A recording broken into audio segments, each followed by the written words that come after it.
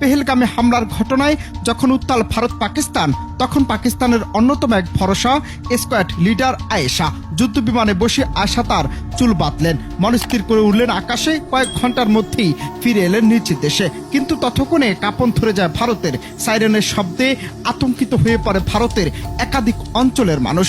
এমন হামলা কখনোই কল্পনা করেনি মোদী সরকার। এরপর হঠাৎ করে ভারতীয় রাফাল যুদ্ধবিমান পাকিস্তানের আকাশে প্রবেশ করতেই পরিস্থিতি বদলে যায়। সামরিক ঘাঁটিগুলোতে হাই অ্যালার্ট জারি হয়ে যায় এবং সারা দেশ নিঃশ্বাস থামিয়ে অপেক্ষা করতে থাকে। এমন পরিস্থিতিতে ককপিটে বসেছিলেন এক সাহসী নারী, স্কোয়াড্রন লিডার আয়েশা। ঠান্ডা মাথায় স্ক্রিনে চোখ রেখে নিখুঁত নিশানা মেরে দিলেন কমেন্টো লক অন টার্গেট। কিছু সেকেন্ডের মধ্যে পাকিস্তানের আকাশে ভারতের আধিপত্যের স্বপ্ন থেমে গেল। রাফাল যুদ্ধবিমানটি আকাশে বিস্ফোরিত হয়ে ছিন্ন ভিন্ন হয়ে পড়ে। তবে এটি কেবল একটি সামরিক সাফল্য নয়, বরং এটি একটি বৈপ্লবিক বার্তা।